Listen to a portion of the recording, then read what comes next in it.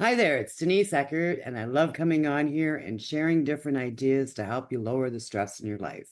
And today's guest is Sally Mahamdeh. Now, with over a decade at tech giants like Microsoft and Google, Sally transitioned to a full-time career in emotional and positive intelligence coaching in February 2024 after 4 years of side hustling. And today she supports kind hearts with intense lives and helps others move away from a chronically overwhelming rhythm. And we know what that rhythm is. So Sally draws on her extensive training in behavioral science and her degree in management. Well, welcome, Sally. Welcome. Thank you for having me. Now, can you tell us what inspired you to do this type of work? Like, I could just imagine working for the high tech giants, what the stress level was there, but I'd like to hear your story. I spent a lot of time trying to understand what got me here, to be fully honest. And I think for me, the word that resonates the most is misalignment. So I was working a lot and I was overconnected. In tech, we love technology. So if people, they would write an email and if they didn't get an answer, they would call me. And if not, they would text me. And if not, they would WhatsApp me. Like we were just super connected. So there was a lot of information to process and a lot of information urgencies to deal with. But I feel like I was okay with that for a while. And then I had a child. And all of a sudden, I felt like my brain was really drained by that amount of information. And at the same period, I was really curious about behavioral science. So I started reading books and then following people on social media. And then one day they were promoting this degree with Daniel Goleman, who really speaks a lot about emotional intelligence. And I had done this degree in parallel and I still working in tech. And then the more I got advanced with the degree, the more I realized that something was off. I would spend the day talking about how we manage our emotions, how we anchor ourselves, how we breathe, how we pause. And I was not doing any of that. I was just so connected and like receiving so many requests and putting so much pressure on myself. And I remember just pausing for a second and thinking, whoa. And then I had my baby. As soon as I left my maternity leave, I got back into that very, very connected and just, yeah, I mean, very intense world. And I really tried. I remember trying for 6 months to think, like, I can do this. I've done this for more than 10 years. I can do this. Nothing's different. But everything was different. COVID had happened. I became a mom and I had done my coaching degree and I knew better.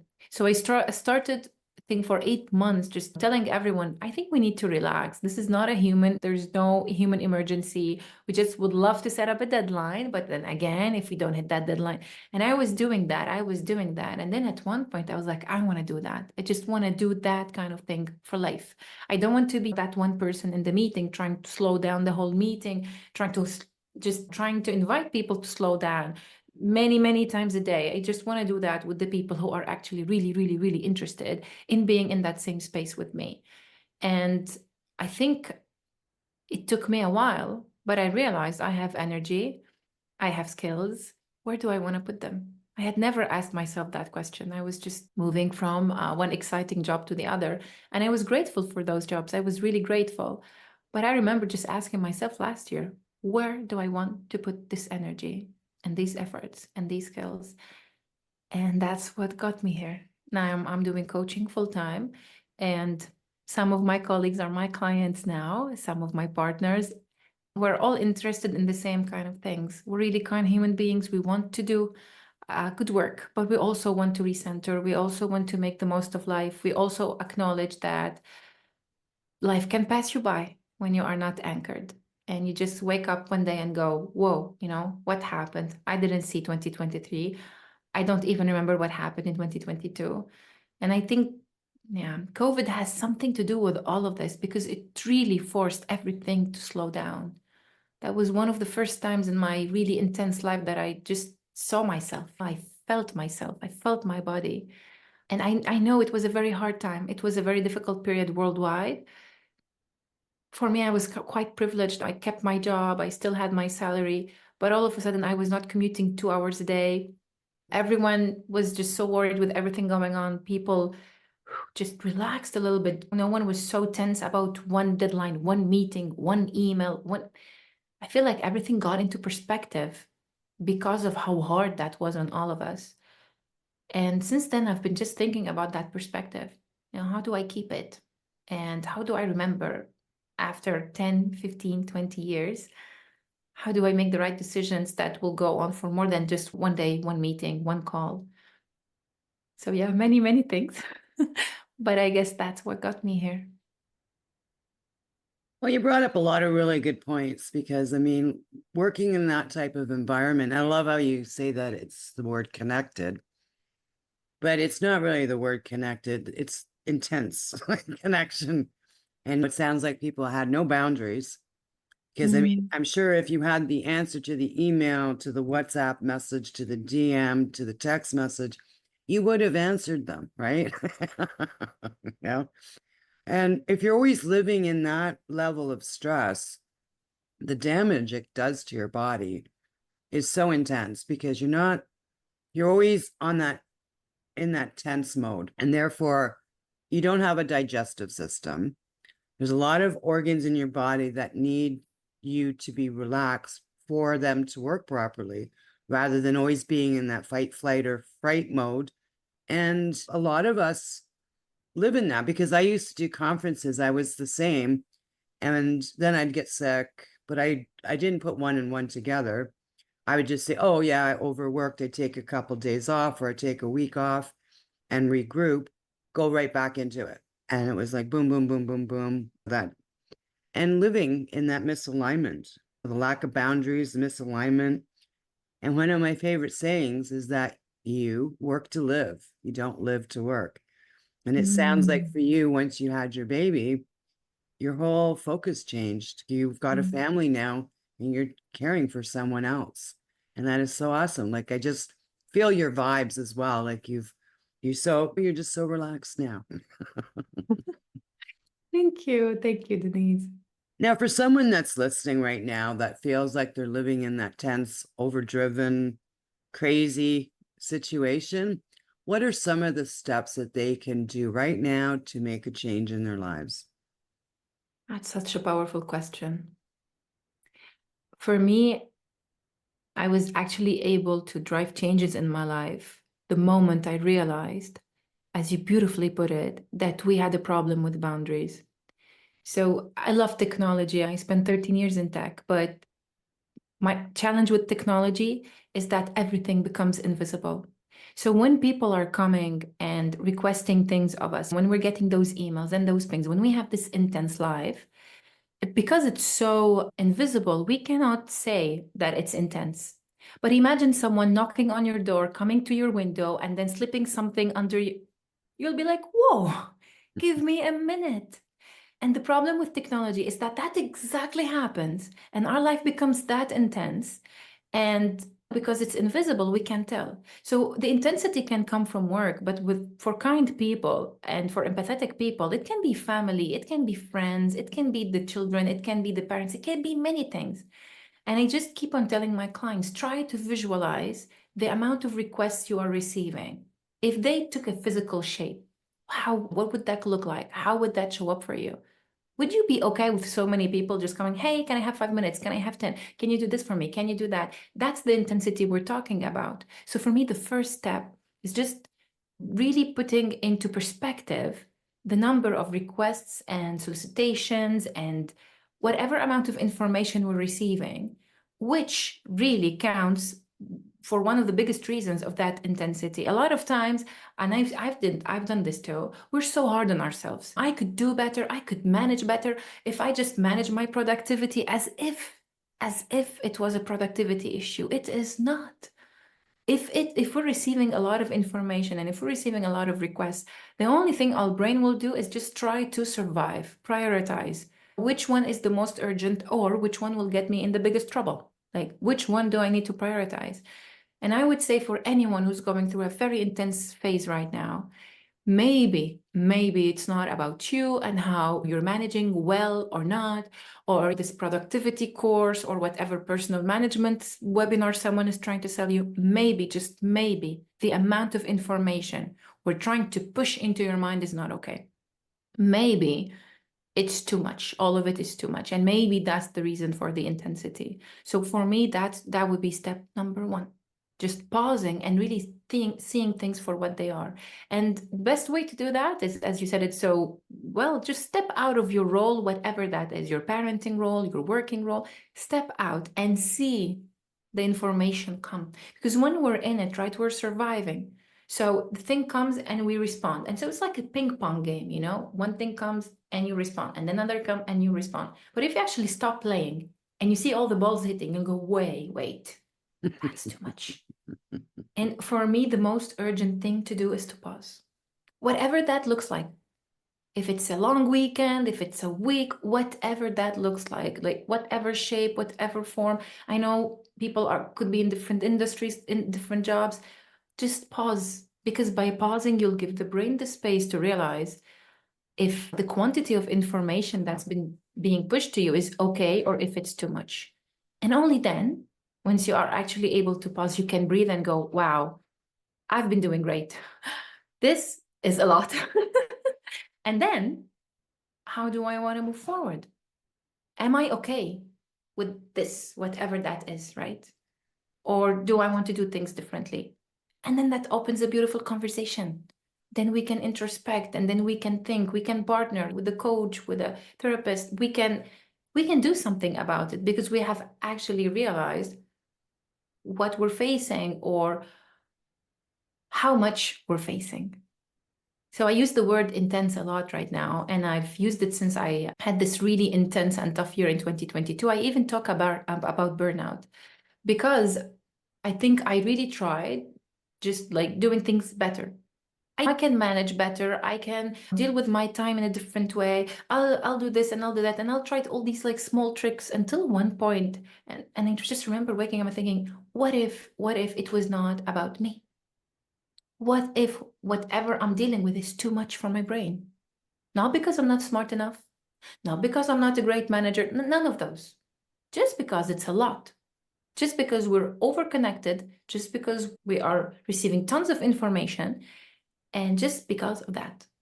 It's nothing wrong with me, nothing that I have not done, or it's not me not stepping up to the occasion, none of that. And I remember that day, my whole journey towards creating a better future for myself started. So pause, see things for what they are. Pausing will give you perspective, and then decide, are you okay with that intensity really? Or do you want something else? And that will allow it to create a path. And that path can look like many things. Honestly, I wouldn't even get into that part. Because once you figure out that just like really tiny small bit, which is the foundation, everything else, I trust that you will find the answers, whatever they are for you. I love that. And what I want to add to this too, that a lot of times when we are working that intensely, and we do, and especially as entrepreneurs, I mean, I love my intense work, but do one thing at a time so that you've got that one intense work or the decision to make or this to create. And if you let yourself become distracted, you're thinning yourself out and you're never getting that one thing done. And you're adding more to your plate when your plate is already full. And I find that really important. And people don't realize that. Like I remember years ago, I'm multitasking. Well, you're actually not focused on anything and you're not getting anything done, right? I used to say that too when I was, 10 years ago. When I was young, I was really proud that I was able to multitask. And then I remember in my first neuroscience training, the first thing that we were told was, your mind is hijacked. We have divided by 5 our capacity of focus, of concentration. Like, how bad is that? Yeah. It's not something we should be proud of at any point. And I remember the word, and even the word intense, I started using it only the past 3 years. And someone asked me, like, what do you mean by that? And I said, I don't need to explain it. Most people who have intense lives, they know, because busyness or intensity becomes the norm. You are so right. Like you wake up in the morning and you're just in this intense mode. Then our brains, this becomes the default mode. And when it's not intense, we almost feel like we're lacking something. So just being there and enjoying ourselves, being in the moment, slowing down will feel very unnatural at first because we have been really encouraged into this direction. You should produce more and do more and multitask, take a meeting and take notes, respond to your emails while you're taking a call.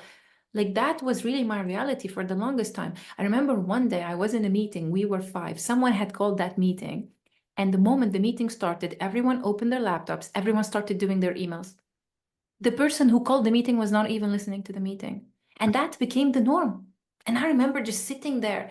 And Denise, that was like 1 week after I had my class on mindfulness, mindful living, and slowing down. And I remember just looking at us in that room. I was like, why are we here? We're taking 1 hour of a day, which is a lot. Someone called for this meeting and they are not listening. And we are all doing our emails. What are we doing here? And that's because intensity became the norm, right? Like you're in a meeting, but you cannot waste one entire hour. So instead of dealing with that meeting differently, I'll take my pings, you'll take your calls, I'll take my DMs, and then everyone is doing something else. And we all think we're multitasking. We're producing a lot of things in very little time. Truth is, we were in that space, we were not being mindful. So I love what you said. It's very true. Intensity became the norm. Yeah. And the thing is, I know for myself, when I was younger, it's that intensity and that busyness equaled success. And the busier you were and the more intense you were, the more successful you were. And I don't know where that came from, but I got rid of that a few years ago. And what a difference in my life. Now, us living in this intensity and this super connection, are we all equal on how we react or how we deal with it? I really don't believe we are. I really believe that there are specific traits in our brain that can make intensity and overwhelm more difficult to deal with. And again, I'm not talking about management skills or those kind of skills. What I have in mind is high sensitivity. And I remember one of the first times someone actually told me about high sensitivity, I did not take it as a compliment. I thought it meant I had strong emotions that I was unmanaging. But the person came also from the neuroscience field, and she talked to me about a beautiful psychologist. Her name is Ellen Aron. And she talks about this trait in the brain that we feel things very strongly. We have high sensory, in terms of our senses, we're very connected to the outer world. So for people like us, burning out and just feeling exhausted and really fatigued by the intensity of events can happen way more frequently, I think 3 times more than to an average brain. So mainly, for example, if we are in an intense environment, we will be more sensitive to the emotions of others. I remember when there were conflicts on projects or with clients or with partners, I would have some of my colleagues think, oh, who cares? But I actually cared. I cared. I wanted my clients to be happy. I wanted my partners to be happy. I wanted to get along with my colleagues. It was very hard for me to think, I don't care. And it's not because I'm not great at managing myself or my emotions or whatever. My social brain is developed more than, I would say, the average brain. I am actually really, really genuinely feeling how the other people are feeling. I sense it in my body. Like my brain reads that body language and will be observing how people are and how things are showing up for them. So, in that sense, we will be observing more, noticing more things, and taking more in, kind of like a sponge. And so I don't feel like we're equal, because if you have an intense day at work, you have a lot of projects, your client is not happy, whatever is happening in your life, and you just cannot not care, that says a lot about your brain and your heart, and that will make it harder for you to deal with intensity. Imagine, so I'm talking about one client, imagine five are not happy. I'm talking about one partner, imagine three are not happy. I'm talking about one colleague, imagine two, you're not getting along with two. So that for you is a lot of emotions. It's their emotions, it's your emotions. You're trying to process all of that. You're trying to do what's best. So you actually try to not let the conflict escalate. You try to respond when someone requests something of you because you genuinely care again. So that caring, which is one of your most beautiful strengths, can become sort of your weakness, because you'll take more in, more requests and more, solicitations. And then there will be a moment where it will be too much. But by the time you do notice that it is too much, you'll already be overwhelmed and exhausted. I wrote a post on LinkedIn about burning out and my own burnout and my experience of working with clients who have burned out.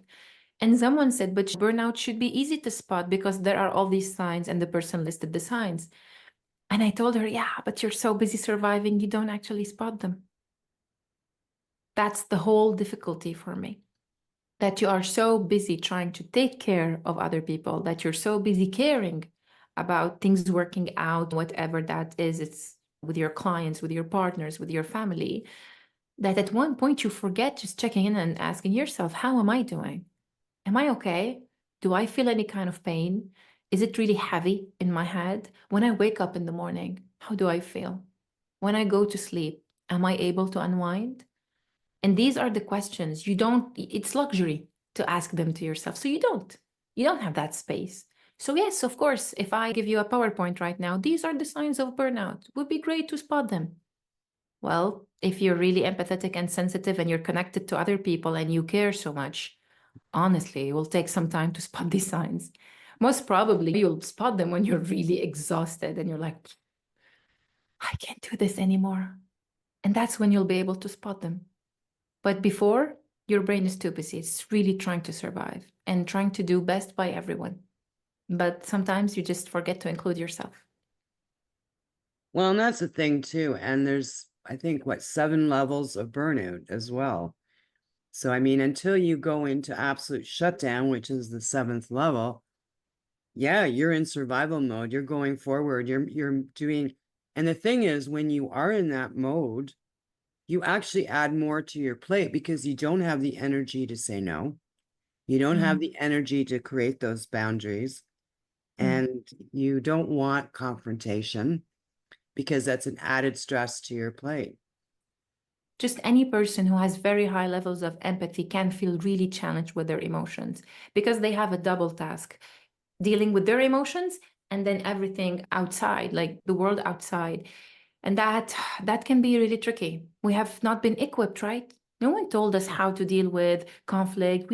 No one told us how to communicate. No one told us how to set boundaries. I mean, we learn super complicated things at school, but we don't know these basics. Yeah. And I learned this when I was 30. And I remember thinking, oh my gosh, like 30 years without knowing any of these skills. Like, why? I was doing things with intuition. That's great. But it's even better when you have tools and then you can actually face situations when they arise. Well, I remember when I first started setting boundaries, like I felt like a bitch. It's like, I don't want to do this and I'm not doing this and I'm going to say no. But then doing my coaching practice, I learned all about how important boundaries are, and it's protecting yourself, your time, your energy, Mm. and you're taking care of yourself so that you can be who you are rather than a burnout woman that's in the hospital all the time, right? Yeah, absolutely. I think I remember the first time I studied relationship skills, one of the things that hit me the most was that most relationships should be built on trust. So if we actually trusted that the other person cared about us and that we cared about the other person, that both of us are going to figure things out, whatever, as long as we put the intention, all of a sudden boundaries don't feel as scary. Yeah. And I think we are all scared, especially empathetic people. We are so scared. I mean, I have a client, they just told me this morning that they are scared when I talk about boundaries with them. They tell me, I'm just like imagining the conflicts I'm going to have to go through. And so I think our brains are telling us if we set boundaries, there's going to be conflict. If we set boundaries, we're going to lose, that connection we have with the other. If we set boundaries, the relationship will be at risk. So we're just in that space of fear all the time, all the time. And that is so, so, so, so, so stressful. Yeah. If we actually trusted that I love that person, or I care about that person, or I trust that person, however close we are, and that person cares about me, or they are close to me, or they trust me, and we're going to be okay. Both of us, we're going to be okay. Then it's not a problem to say, now you're asking a lot of me to place a crucial conversation. Like all of these things become less scary because there is trust. But because most of our relationships were based on fear, we are so scared. And for us empathetic people, we also worry about how the other person will feel. And this morning I was telling my client, but if we trusted the other person, if we trusted that they are smart and can manage their emotions, that they can recover, maybe not on the spot, but we give them the grace. Maybe when we set our boundaries, the person who's sitting across will go like, that didn't feel good. And no, it never feels good. But maybe that evening or the next day, they'll go, you know what? I thought about it and you're right. I was pushing too hard. I'm sorry. If we gave people time, I'm positive that they will show up with grace. But do we put too much at stake in our minds? We think I need to just shut up, let things be, I go with the flow, because otherwise the relationship, the friendship, the work, whatever relationship that is, it's going to be at risk. And so we act out of fear and we don't act out of trust. And that's so true too, because I mean, the person has no idea what you're feeling or what you're thinking. And a lot of times we have these stupid stories that we create in our heads about boundaries. And once we finally get that out to that person, they're going, oh, wow, I didn't know you felt that way. Well, let's change things around. So, meanwhile, you've made yourself crazy with stress over setting this Mhm. boundary, and this person welcomed it Absolutely. because they want to see you happy, right? Yeah, of course. I mean, I trust, I always tell my clients, I trust you to be smart people and to know which relationship is worth the fight. Because if we're kind and empathetic, sometimes we just want to be kind and empathetic with everyone. But I'm the first person to always talk about flagging any inappropriate behavior, any behavior that is not healthy. I always think that there are no poor intentions. And all emotions are welcome and okay, but not all behaviors are welcome and okay. And so, in a way, I feel like if we just distinguish those two things, if I'm in a relationship that I care about or I care about the person, it could be even just a work partnership, right? And so if I trust that this person cares, I care, let's give it a try. There's no toxic behavior. No one is, when we're talking about boundaries, maybe it's space, maybe it's time, but we're not talking about that person being toxic or pushing us towards an unhealthy space. If it's none of that, I trust people to just have that conversation. And I also trust the other person to recover. And I insist to recover because it's never nice to like, hear and now, etc. But most people will be actually just surprised, Yeah. especially if you label your emotions. So, for example, you say, I have been feeling tired, or I have been feeling sad, I have been feeling exhausted, my mind is totally drained. What can you respond to that? You'll just be sorry. And most times people had no idea. We're just all in our heads. Lives are intense and our brains are intense. So sometimes you're so much into your own head and your own journey, and you have just a little bit felt out of tune with the other person, which doesn't mean you don't care. It just really means that your own life is very intense right now. And so I also love that. And I think you're so right. We just need to get out of our own heads Yeah. and into the hearts of the other. Like, just step outside of that space and tell people how you're doing, how you're feeling. I remember it took me a few months to tell my people that I was not okay.